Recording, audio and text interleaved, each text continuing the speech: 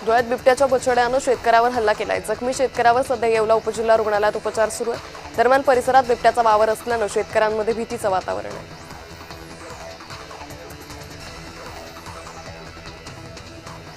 नांदगाव नगरपालिकेच्या शाळेत शालेय पोषणाहार शिजवणाऱ्या महिलेनं आत्मदहनाचा प्रयत्न केला। कोणतंही कारण नसताना काही महिलांना कामावरून कमी केल्याचा आरोप आहे। अनुसूचित जातीच्या उपवर्गीकरणाविरोधात अमरावतीत शांतता मोर्चा काढण्यात आला। समता सैनिक दलानं मोर्चाचं नेतृत्व केलं। रविकांत तुपकर यांच्या बुलढाण्यातील अन्नत्याग आंदोलनाला पाठिंबा देण्यासाठी बीड आंबेजोगाई लातूर महामार्गावर चक्काजाम आंदोलन करण्यात आलं।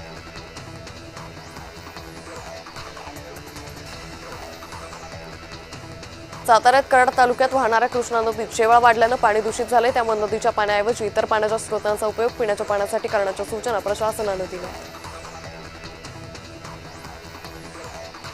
सांगलीत पलूसमध्ये महामार्गाशेजारी उघडी विहीर अपघाताला निमंत्रण देते। विहिरीभोवती संरक्षण कठडे नसल्यानं धोका निर्माण होऊ शकतो।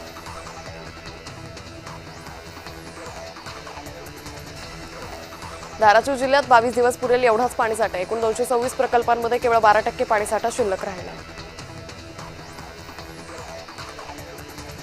सोलापूर विधान परिषद निवडणुकीसाठी मतदान साहित्याचं वाटप करण्यात आलं। मतपत्रिका, मतदान पेटी, इतर साहित्य घेऊन पोलिंग पार्टी मतदान केंद्राकडे रवाना झाली।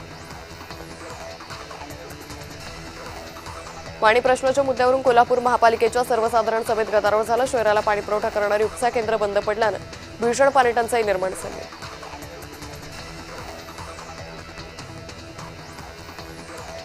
छत्रपती संभाजीनगरात वाहतूक नियमांची कडक अंमलबजावणी करण्यात येणार आहे। वाढत्या अपघातांच्या पार्श्वभूमीवर पुन्हा हेल्मेट सक्तीवर भर देण्यात येईल।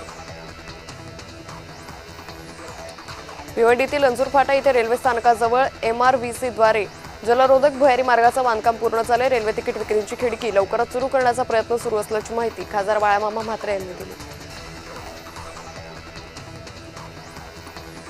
रत्नागिरीत चिपळूणमधील नागरिकांवर पाणी टंचाईचं संकट आले। पिण्यायोग्य पाण्याचा पुरवठा होत नसल्यानं नागरिक त्रस्त आहेत। सध्या नगरपालिकेकडून टँकरनं पाणी पुरवठा केला जातोय।